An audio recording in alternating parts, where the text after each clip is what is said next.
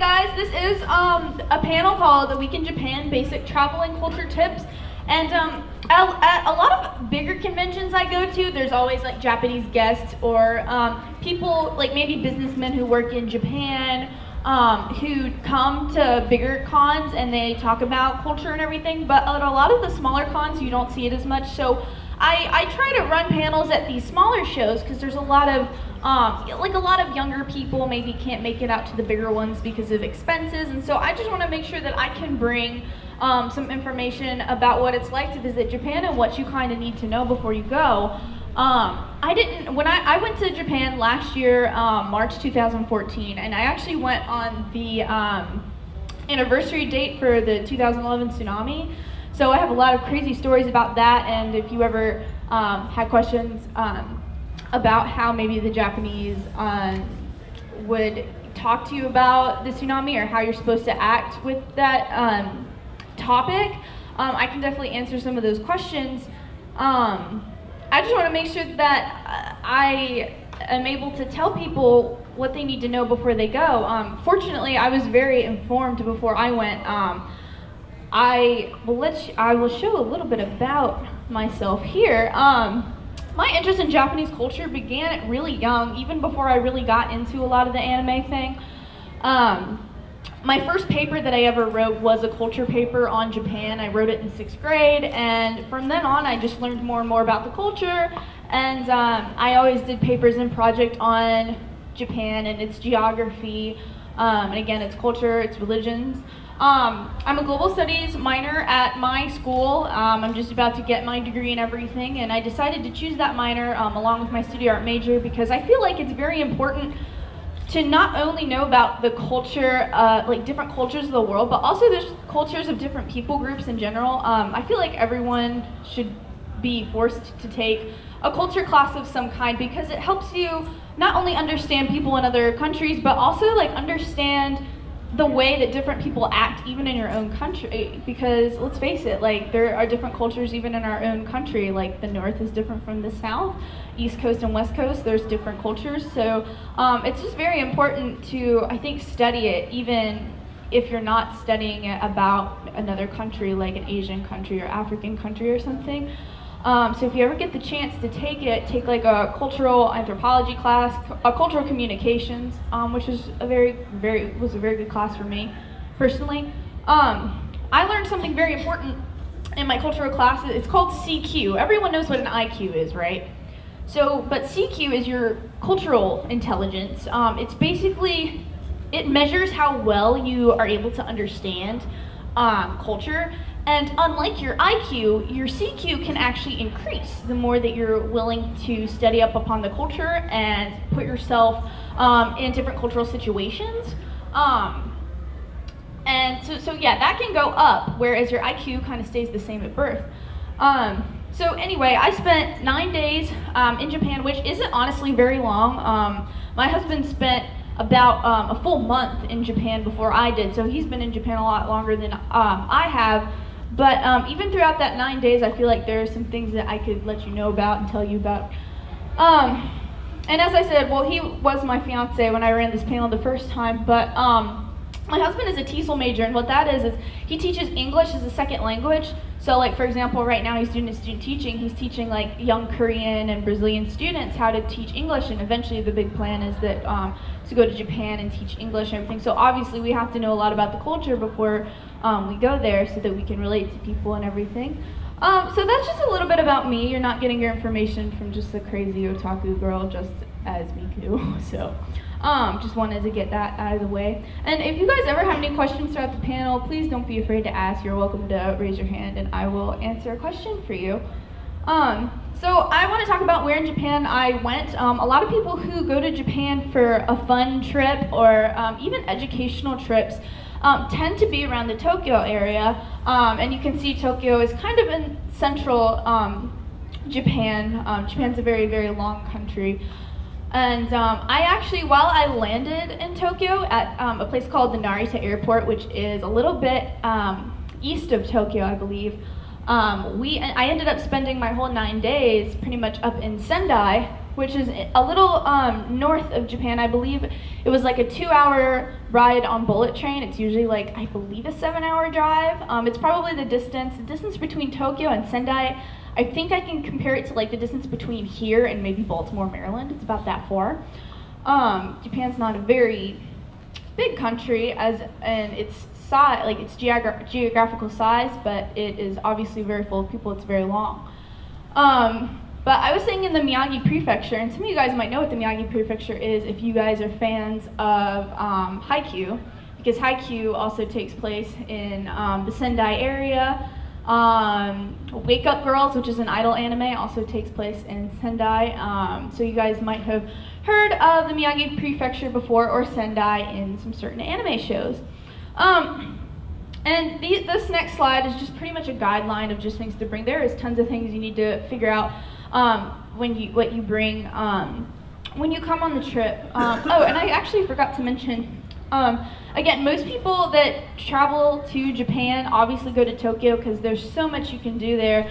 A lot of people obviously want to go to Akihabara, which is the big anime and manga and section of Tokyo. It has electronics and maid cafes are very popular there, arcades. So a lot of people like us really want to visit there. I unfortunately didn't get to see that place, but usually in Tokyo, you are really more spoon-fed in that area because it's a touristy area. So there's a lot of English speakers because a lot of people there are business people and they're used to talking to tourists and talking to Americans.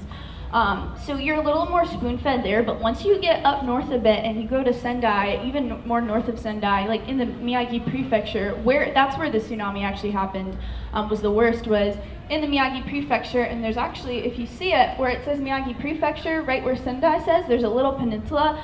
That is a place called Ishinomaki, and that was a city that got hit the worst. So we were there, I went there to do some tsunami cleanup, and we were there talking to some elderly people who were, obviously their homes were destroyed in the tsunami, so they were put into government housing, and like that can be like a really lonely situation for the elderly in Japan. So we just went as a team and talked to some of those people. So if you go to Tokyo, you'll be able to usually get your way around. There's a lot of English. There's still a lot of English in the Sendai area too, but I noticed it a lot more foreigners in Tokyo. When I was up in Sendai and in the Miyagi Prefecture, not only was I the only redhead, but I actually have red hair under this, I promise. The only other Americans that we saw, we didn't see any Americans up in Sendai at all. Everyone else is Japanese, so there's not a lot of tourists there generally, and it was just me and my group of like 10 to 14 people. That was it. And then once we got to Tokyo, there was a lot more of Americans, obviously. I met some French people and some Canadian people, so that was really cool. So yeah, this is just a general reminder that I need to like just tell you what to bring. Bring toilet paper. I know that sounds really weird, but there's actually a lot of Japanese restrooms that will not have their own toilet paper. I didn't run into this personally in Japan a lot, but you might notice that if you're walking around the streets of Japan, maybe in like a shopping area, there will be like girls, and they'll hand out these little packages of like tissues. They look like little hotel bagged tissues, but it's really toilet paper, and it's so that when you go to the bathroom, you can like do your business and everything. So that's one of the things. Like, don't be surprised if you go into a restroom and there's not toilet paper. Like, just bring some. Don't bring like a whole. I wouldn't bring like a whole roll, but you can buy like little packages that are like discreet, and you can like put in your pocket.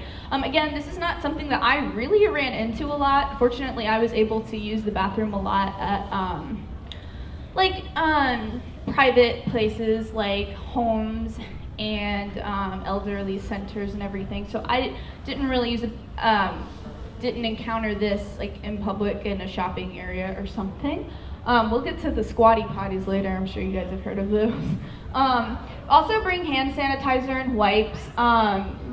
This is just in general for every country that I've ever visited. I've only visited Mexico and Nicaragua, but the Japanese are very clean people. They're actually very germophobic in comparison to how we are in America. So it's just, for me, it's like I'm germophobic, so I bring it anyway, but it's also kind of respect to the culture to bring hand sanitizer. But I also bring it because sometimes there's not even soap in Japanese bathrooms, and it's not in a way that they're dirty and they're not clean, but a lot of the times they bring their own soap and they bring their own hand sanitizer to cleanse themselves. They don't use the public's. So that's just another thing you want to keep in mind.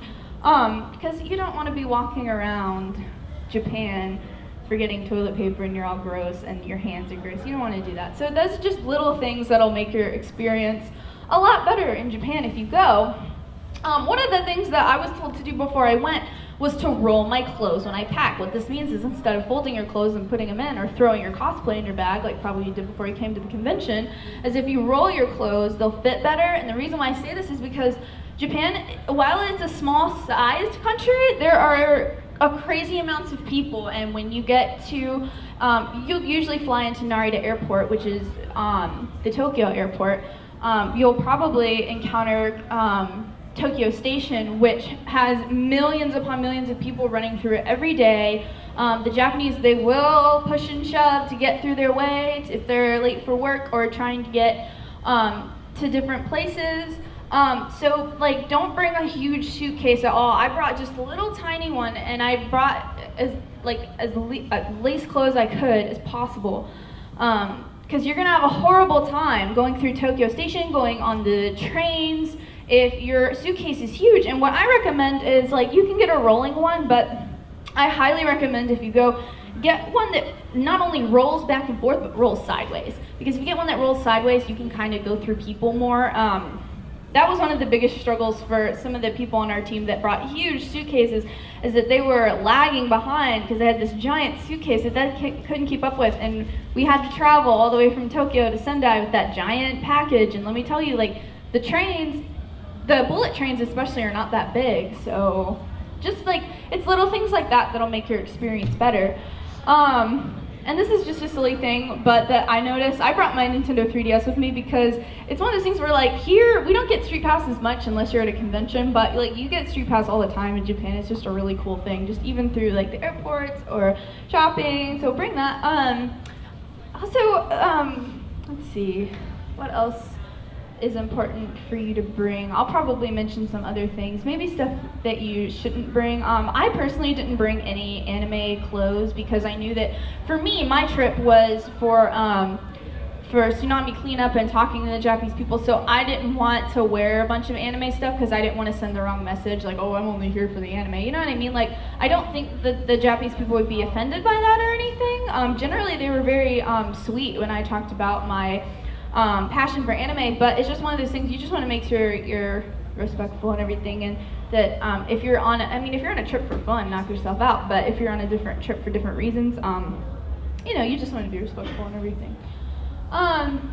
So we'll continue about the bathroom. A lot of the times, and I encountered this in public restrooms, especially in the stations, in the train stations, you'll see squatty potties, and literally what this is, I'm sorry if this is awkward for y'all, but this is just how it's going to be, and you got to know it. It's literally a hole in the ground, and you got to squat, and you got to do your business. So that sometimes makes people kind of uncomfortable. And there's also, even if you do find a toilet, like a normal sit-down toilet in Japan, there are so many buttons, and I'm sure you've probably seen this in anime. There's so many buttons, like there's probably 20 different buttons on the toilet, and you're like, how do I flush this thing? It's all in Japanese, what am I supposed to do? So like, there is one button, for example, that when you're sitting on the toilet and you push the button, it sprays water on you so that you're cleaning yourself, because the Japanese are very obsessed with being clean. So to them, wiping's not enough, so they use that. And there's also a button, and this is more popular in women's restrooms, that plays music, because women don't want to be embarrassed if they make bathroom noises while they're doing their business, so they play music in the toilets. And so yeah, it's like, oh, here, I'm gonna flush the toilet, why is this playing music? Like, you don't want to do that. That'd be really weird. But there's, so just kind of like, it's totally okay to ask people. Like, Japanese know that foreigners have no idea what we're doing half the time if we're like in the bathrooms. But yeah, just one of the most horrible things you can do is stand up and try to figure out how to flush it, but push the thing that shoots water up at you, because not only did it not flush, but everything is coming at you, and you don't want that to happen. So that would definitely ruin your day. Again, hand soap. Oh, slippers. This is extremely important. So many of you guys know, and I'm sure you guys know this through anime and just maybe Japanese movies in general, is that every time you go into a private building like a house, or especially a house, or churches, or other, like the elderly homes and everything, you take your shoes off. You either go around in your socks, and you do not go back outside in your socks, because then you're getting your feet dirty and you'll bring it inside. Usually what you have to do is you have to put on slippers. But you don't take those slippers outside. Like, literally, your outside shoes are only for outside, and your indoor slippers are only for inside, because they are very particular about bringing in shoe germs. And if you think about it, like, the bottom of your shoe is gross. Like, you walk around bathroom floors with it, and, like, you track it all over. Like, people are rolling in the floors. It's like people go in the bathroom, step on the bathroom floor on everyone's stuff, and then they come and walk in here and bring it in here, and you're rolling on the floor. And it's so, like, it's one of those things that, like, we don't think about as much, but they think about, and it's like one of the reasons I'm pretty germophobic. But yeah, wear your slippers. There are sometimes in homes, actually all the times in homes and then little small businesses, you'll take off your house slippers, and then before you even step in the bathroom, you open the side, this rolling door, and then you don't try to step on the bathroom floor. You'll step right into your slippers, and then you'll use the bathroom. And then you stand up, and then you take your slippers off, and you gotta try and make it back into your other slippers. So you have to balance really well when you're in Japan. So that's another thing to make sure you look out for if you're in someone's home. Again, this is not something you have to do in public restrooms, just something that you'd have to do in houses and stuff. That's me in Japan eating my very first lunch. So obviously, if you go to Japan, you're gonna have to learn to eat with chopsticks. You're just gonna have to, because sometimes you're not gonna be able to find a fork. I'm sorry, but if you suck at chopsticks, you've got to learn, because it's one of those things where you'll sit down in a restaurant and they won't have forks, or and it's also just really respectful to the culture to learn it, because the Japanese get really excited when Americans learn a little bit more about their culture, because the Japanese are so proud of their culture and they really love it, so they get really excited when Americans learn something new about it. I knew how to eat with chopsticks generally before I went to Japan, but like there's a weird way to do it that most Americans do it, and then there's like a right way to do it. So, but honestly, as long as you're eating, you're good. So, but please try things. I never in my life thought I was gonna try an oyster, but I did, and it was really good. People don't understand that food here, seafood here in the States tastes way different than the seafood in Japan. I don't like seafood, but I loved the seafood a lot in Japan, and the sushi in Japan was really great. So even if you don't like fish or seafood over here, try it over there, because it does taste different. A lot of things do. Chicken, curry, it's just the way the Japanese cook things is just extremely different than ours. A lot of Japanese think that everything that we eat, it has this super sweet taste.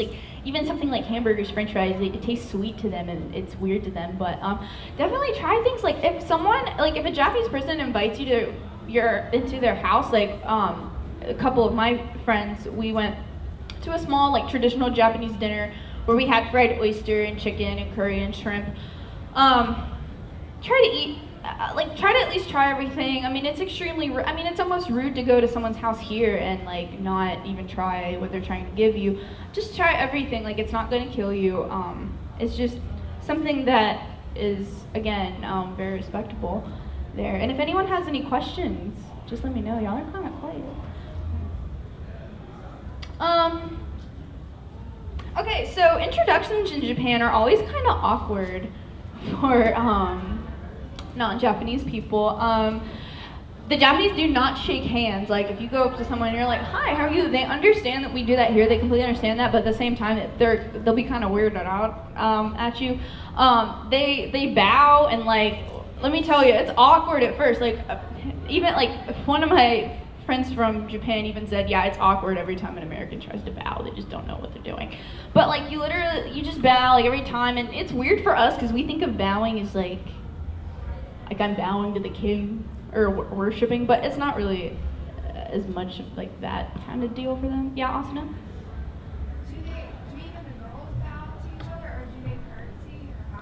They bow to each other. Yeah, I never saw anyone curtsy at all. Yeah, it's all bowing like to everyone. Like it's literally just how they say hello or thank you. Like even like if they hand you something and you get it, like they'll bow. Like it's just a thing they do. Like they'll bow at you. Like if you walk into a store, they're like, "Hi, how are you?" Like they'll just do that. So it's literally just an introduction for everything, and they'll do it when they're saying bye to you or handing you something. Speaking of getting handed something, try to remember this. I forgot this like crazy. You'll notice this in anime too, is that people, when they hand you stuff, they hand it to you with two hands, no matter what it is. And what you're supposed to do is take it with two hands. You know, we're used to like, here you go, here's your phone, but like they always do, you know, they're always two hands, and then you take it with two hands. So that was something that I had to remember a lot about that. Yeah, close physical contact is not really much of a thing for them. Like, never just go up to some random person and hug them, make them feel uncomfortable, like nudge them, because we're honestly kind of the more touchy-feely here in the States than they are. So just remember that everyone kind of has their own personal bubble, even though they're really used to being like really close to people all the time because of like how big the population is in such a small area and there's so many people everywhere. But generally, like just try to remember that, you know, like ask permission usually. Okay. Does anyone have any more questions about what I have talked about so far? Yeah? Why do they do the thing with the two hands? I really don't know. That's a really good question. I need to figure out why they do that. Is it to respect the item maybe? So I think maybe just like respect to giving and receiving as well. Because, I mean, they do it with like everything. But I'm not really sure. I'll have to look that up. Does anyone? Yeah? It's really weird because some people, I honestly saw some people bow differently than others. Like some people just do like a casual this, some people are more like lower. No one ever does their head, like don't just do your head because that's like, at least give it a little effort, you know what I mean? I mean, it's always awkward for, like the Japanese are used to it. I mean, it would be like, if a Japanese person would come over here and they shake hands, it might be kind of strange to them. But generally, it's just so normal to them that they're so used to it, doing it all the time. It's one of those things that is just force of habit, so there's no real way to do it, as long as you're not just doing that. Okay, what time is it? I'm going to do a question and answer afterwards as well. Okay, so being respectful of religion is very important in Japan. There's a lot of diversity in Japan, but most people fall under the Shinto religion, and Shintoism, you'll see a lot of Shinto and Buddhist temples. Shintoism and Buddhism are primary religions in Japan. Many of the Japanese pray at their local shrines. So, like everywhere in Japan, no matter where you are, you will see a really long set of stairs. You see it in anime all the time. And then, of course, the red gate, which is called the Tori. And I'll show you. I think I have a picture of one. And you've probably seen them in shows, but you'll see shrines everywhere, and if you ever go visit them, I mean, they're okay to visit as a touristy place, but at the same time, if you go and you tour one, which is totally okay, like, you don't have to worship their gods or anything like that. You can just go and see what the culture's like, but at the same time, it is not SeaWorld or a museum or like a science museum. It is a place where people are paying their respects to the gods and praying for their ancestors or their future, their education, maybe finances, so like a lot of really hard and deep stuff. So don't be crazy if you ever go to a shrine. I know it's like really cool and you may have seen them in different anime and everything, but it's a real thing for them. It's a very real religion for them. Now, Asakusa is a district of Tokyo where it's And if I showed you a picture, you guys would totally know what it was. But it's where you can take a tour of a Shinto shrine, and there's like the Buddhist shrines, and there are tons of like shops. And I think I've seen it in like Aramo too, where it's a long line all the way up to the temple, and there's shops on both sides. Some of them are food shops, and some of them are just little, like, you can buy little charms and fans and kimonos and yukatas and everything. So you go, usually what you do, it's a little easier, is you go up one side and you do your shopping, and then you can visit the shrines, and then once you're done, you can come back around and go down the other side on your way out. But again, it's one of those, it kind of might confuse people because it seems really touristy, and it is. There are a lot of people from all around the world that visit Asakusa, but at the same time, there are people there praying and paying their respects. So just be respectful during that time. If any of you guys have ever seen Gingitsune, this is actually a series that I enjoyed a lot. I watched this after I came back from Japan. It just shows you a lot about how Shintoism works, and like how when they go to pray to the gods and give an offering, they clap, and then they give their offering, they pray. And so that's a really good show if you were kind of interested in a little bit about what Shintoism and Buddhism is like. That's a good show. And while I have not seen Noragami, I've heard good things about the show and relation to the religions and everything. So those are really good shows to watch for that. Okay, so this is going back to respecting those that are still hurting from the 2011 tsunami disaster. Okay, so this happened about, like, this will be in this coming March. When it comes next year, it'll be the 5th anniversary of the tsunami, and honestly, that is still a short amount of time. 5 years is not too long to cope with the things you've lost, not only loved ones, but like homes and things that you have worked really hard on, like maybe farms and raising livestock, because this happened more in the country areas of Japan.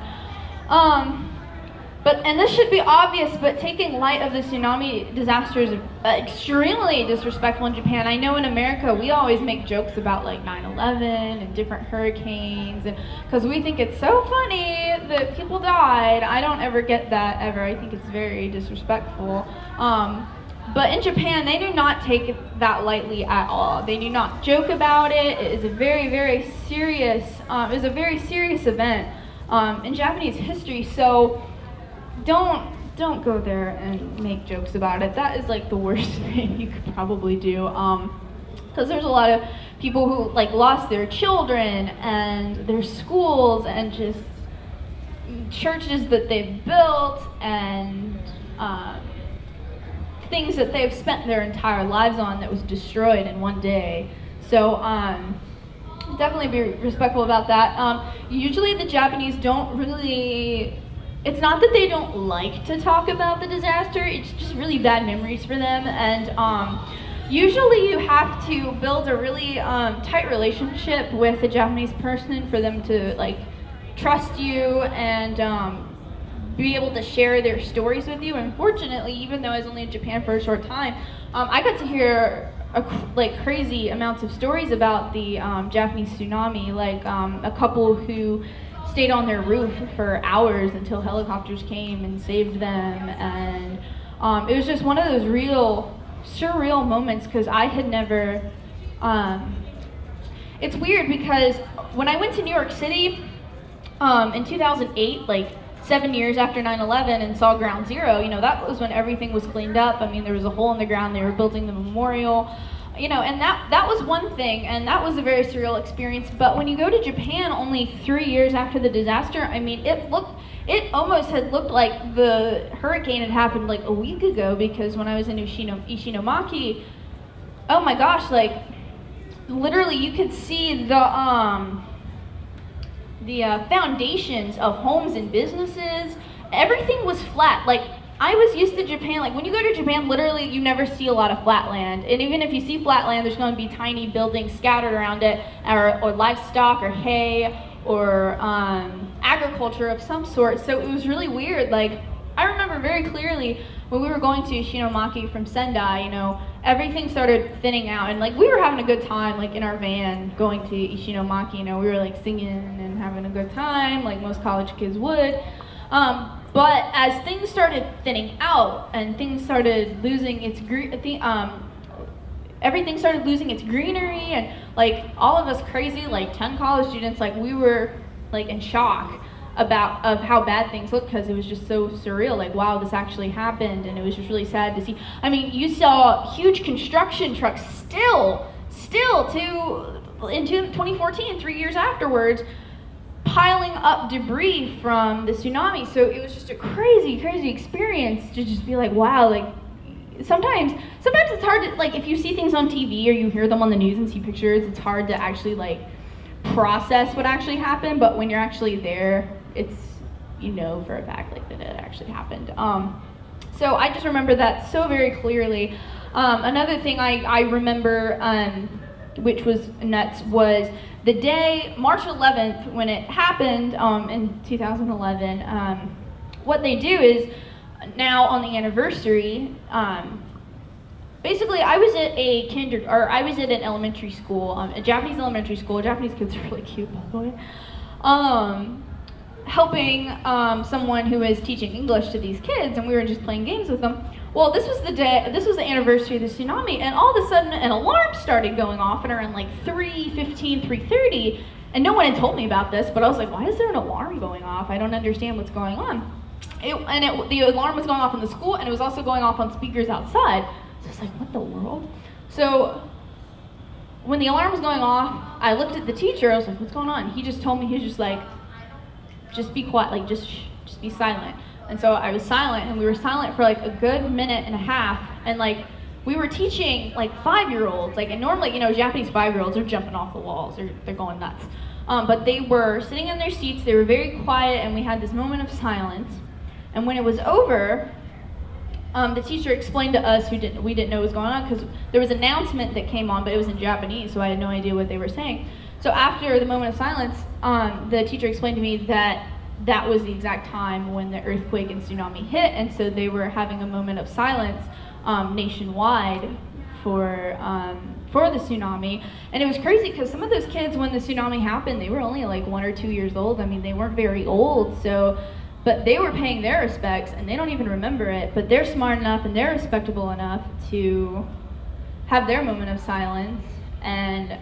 But adults here make jokes about hurricanes all the time in America and people losing their families, and we think it's hilarious. But so that was just something that was like, you know, they really do feel for this. This is a really tragic event for them. So it's a really big thing for a Japanese person to share their tsunami story with you. Like, if you get a chance to hear one, like, that is a really big deal, because that means they trust you and they want to tell you, they want to bring back bad memories to themselves, but they want to tell you what happened. So that's just a really cool thing. Does anyone else have any questions about that? I know that was like really heavy, but hey, that's the reality of it. Yeah. How many people did you get to shoot? I think, let's see, I talked to one couple who we toured their one of their houses after the tsunami, you know, when they started rebuilding. I got to hear, that was the couple that was stuck on their roof for like a couple hours. And then I heard a couple stories from some members of one of the churches. I heard a couple stories from when we went to go play with the elderly people and spend time with them. So probably like 3 or 4 stories, which is crazy. But they knew we were there for like to be there for people who were affected by the tsunami. So I think that played a part in it. Usually if you're just going to Japan for fun, you might not hear those stories as often, but you might. I mean, obviously people in the Tokyo area weren't hit as bad. I know that the reactor went off in Fukushima, but in Tokyo, you won't run into people who were affected as much. They may have lost family members, but once you get up to Sendai and the Ishinomaki area up in northern Japan, you'll probably hear it a lot. And another thing that I've noticed is that in anime, they don't really talk about the tsunami much. Like any of the anime from like 2011 and up, or late 2011 up, like you don't really hear of it that often. It's actually fun. It's actually crazy. Like, what's the show? It was by Shinichiro Watanabe. Terror in Resonance. That show actually mentioned 9/11, which I was like, wow, that's pretty crazy. But one of the first shows that did mention, that I watched that mentioned the tsunami was last year in 2014 when Wake Up Girls came out. It's an idol anime, and what happens in the show, well, first of all, the reason I knew about the show was when I was in Sendai, there were posters about this anime. And it was a big deal because in the show, these idols, you know, they're novices, but they're trying to compete with idols in Tokyo, and idols in Tokyo are always more popular because it's the bigger city. So it's kind of like the small town girls versus the big town girls in the show. So in Sendai, there were posters for Wake Up Girls everywhere. So when I got home, I decided to watch it. And it was crazy because it was one of the only anime series to mention the tsunami disaster. One of the characters invites the rest of the girls to come up to the Yoshinomaki area to stay with their aunt and just to practice their dances for a while. And it's crazy because when I was watching it, they were traveling on like a bus or a car or something. When they were traveling, you could see that the artist had drawn pretty much what I saw in Japan, just like foundations of homes that were lost and just lost greenery and just like dirt and debris. So it was crazy to see that in anime because I hadn't seen it before. It's one of those things that the Japanese don't like to talk about a whole lot, so they don't really put it in anime. But it wasn't in the show, so if you kind of want to see something like that in an anime, Wake Up Girls is great. It's only in like one episode, and they even mentioned like, wow, they've really cleaned up a lot since I've last been here. Of course, referring to the tsunami. So that is Wake Up Girls. Oh, we'll get on to public transportation. This is also a very important thing. Now, I'm kind of a small town girl. I mean, I'm from Virginia, but when you're in New York City, this is more of a thing. Like, there's not a whole lot of like loud noise because a lot of people are businessmen. They might be on their phone talking really loud, but generally people aren't really loud talking to each other. But like, this is like the South, right? So y'all are like really loud, and like we're like really proud of it. And so sometimes if we're on public transportation, like on a bus or a train, like if we're with friends, we'll be talking like normal, or we'll be like talking loud on our phones or something, or pumping up music in our headphones. This isn't really a huge thing in Japan. Usually transportation in Japan is very quiet because it's just kind of, sometimes the businessmen, it's one of their only relaxing moments of the day is their ride home from work, and then when they get home, like things are probably crazy again. So everyone's just pretty relaxed and very quiet. Usually you just kind of like talk like this if you're on a train in Japan or something. Like just very quiet. Even the kids are pretty quiet. If someone's talking on their phone, they're very like, low voiced about it. So. You know, just don't go on a bullet train and be obnoxious, because that's not really a thing. It's just one of those small things that they don't really do. If you're sick on your trip to Japan, even if it's just like a small cough, if you have a sore throat, even if you're not really that sick, like if you would still go to school, but you just don't feel well, like still like, you'll probably see a lot of Japanese people, they're like, I at least think like 50% of the Japanese people I saw were wearing like the masks, like the surgeon masks. And that's just, it's just so that like germs don't spread, and because everyone is so close together in Japan, like germs would swap all the time. But it's just so that like if they cough, it's caught and it's not everywhere, or if they sneeze. But it's also for people who have low immune systems and they don't want to get sick, so they wear them too. Like, I'm not even kidding, like I was very surprised because you don't see this in anime a lot. It's one of those things. Like 50% of the people in Japan were wearing those masks all the time. So that's a very, very, very common thing. But we had a girl who wasn't like necessarily sick, but she had a sore throat and a little bit of cough. And it was one of those things, like we just wanted to take caution that that, you know, we respect the culture and she wear a mask. So she did. I mean, you know, it might be kind of strange to you, but it's crazy because I've actually seen more people in our country do that now, and I think that's really good so that germs don't spread. I'm like Levi levels of like germaphobe, so. But yeah, so just consider that if you do get sick. I mean, it's totally normal. People aren't gonna think you're weird. It's completely normal. Does anyone have any questions about anything I've talked about so far? What time is it? Okay. All right. One of the last things we're gonna address that a lot of people have questions about is, am I safe to express myself as an anime lover? And a lot of people, the word otaku is a very difficult word because here we think of it as, oh, you're an anime fan, you know what I mean? Like, we don't think of it as too much of a bad thing, especially the people in this room. We're at an anime convention, right? I mean, but over there, it's, and you'll hear this in shows too, like Oremo and The World's God Only Knows, like, oh, they're an otaku, that's weird. Because that's more of a term where like you literally don't like anyone else but like 2D girls, and you sit in your house all day and you do nothing and you're lazy and you just watch anime. So that's one of, that is kind of why otaku is a little more of a bad, it's not bad to be an anime fan, but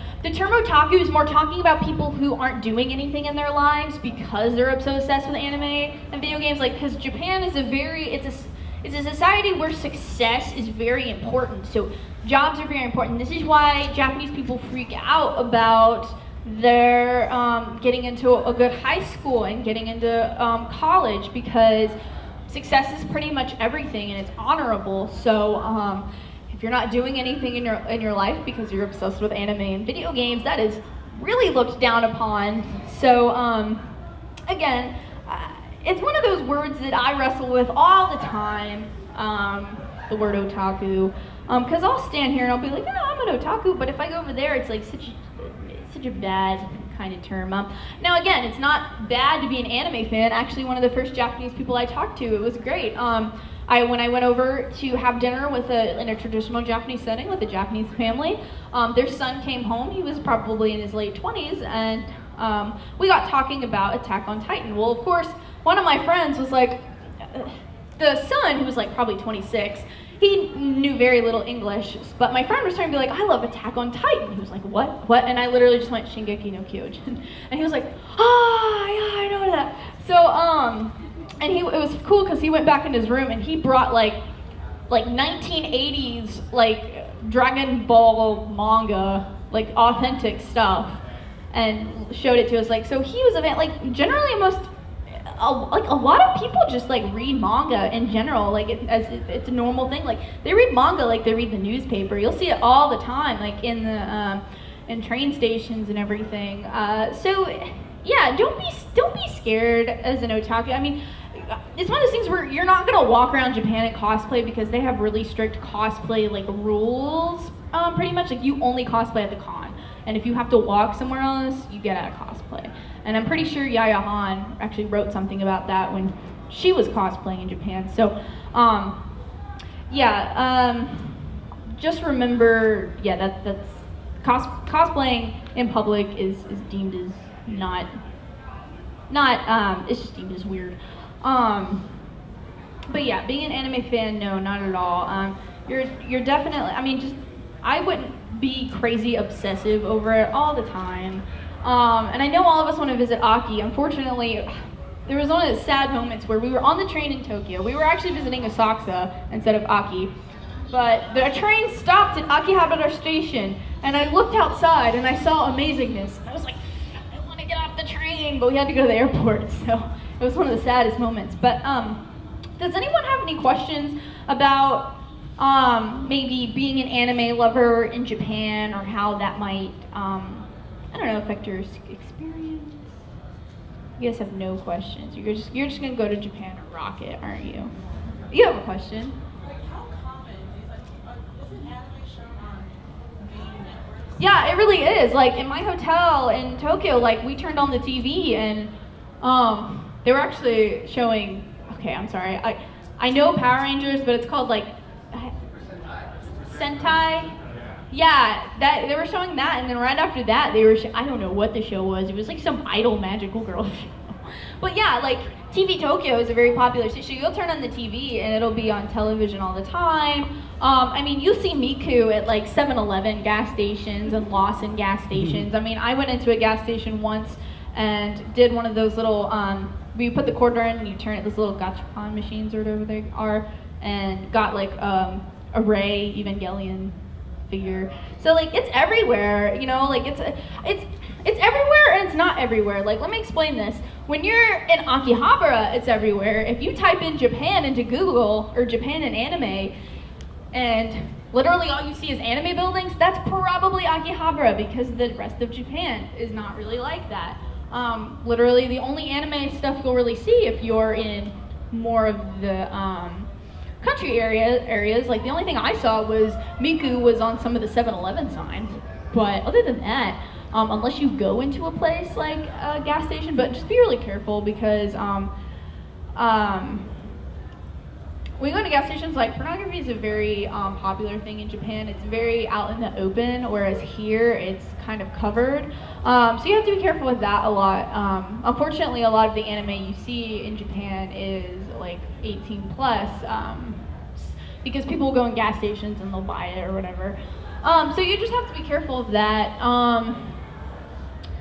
But yeah, other than Akihabara, like you'll see it probably around Tokyo, but I didn't, like in Asakusa where there was a lot of shops, or if we would go to a Shinto or Buddhist shrine and go to a shop, like there's really not a lot of anime. Well, I will say, Chopper from One Piece is like the equivalent to Mickey Mouse in America. Like Mickey Mouse is kind of our cartoon icon here in the States, and in Japan it's Chopper from One Piece. Now, I understand that like One Piece sold more in Japan than like Dragon Ball Z, Naruto, and Bleach combined, but like even if you don't read or watch Bleach, like even if you're just a normal like business person in Japan, you don't know anything about anime, you'll know who Chopper is because he's the iconic character, him and Pikachu. So one of the cool things that I got to do was go to the Pokemon Center in Sendai. That was amazing. But really the only anime shop, like I did see a manga shop. There was a manga shop in one of the shopping districts or shopping place areas in Sendai. But it was like the only manga store I saw, and it was really weird. It was like, you walk in, and then there's a staircase, and you go down the staircase, and it's all manga. It was the weirdest, like creepiest, sketchiest thing, but it was really cool once you got down there.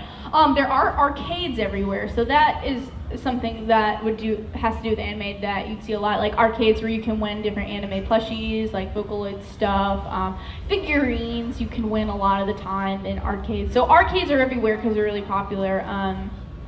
But yeah, like not every place is going to be like Akihabara, like you see in a lot of pictures, because if you type in that, you'll just see skyscrapers with anime people all over it, which yeah, that's a thing in Akihabara. Everywhere else in Japan, not a thing at all. Japan isn't this crazy anime geeky world that everyone thinks it is, and even when I went there, I knew that myself that it wasn't going to be like that. People respect each other for liking anime, but it's not like, people think that if they go to Japan, they're gonna live in an anime, and that's the most ridiculous thing I have ever heard in my entire life, actually. So just don't expect that. Expect to respect the culture, learn things about Japanese culture that don't pertain to just anime and manga, learn about the religions, learn about the way of life such as eating and the history. There's a lot more to Japan than just the otaku culture. So does anyone else have any more questions? I can take like one more and then I will hand the panel over. And if you want to talk to me more about the trip or the tsunami disaster or what to expect if you're ever in northern Japan where the tsunami hit, you're welcome to talk to me, and I'll just be around the con. So thank you for coming to the panel. Did you have another question? Yeah, go ahead.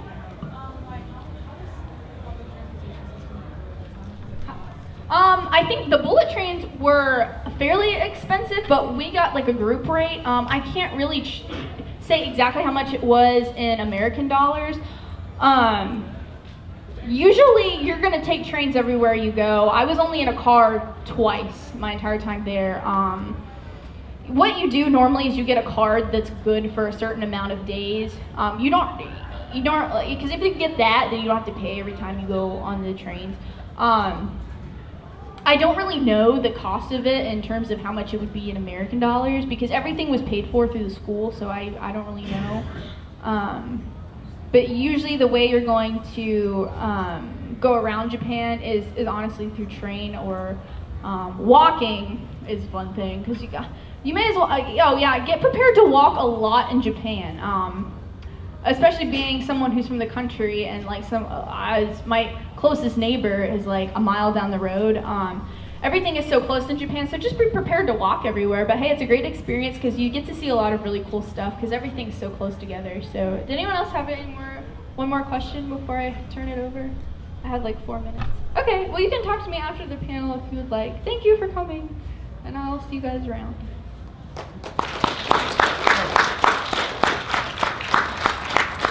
I bought a $500 rail pass and I got $1,200 worth of use out of it. Oh yeah, he can tell you a lot.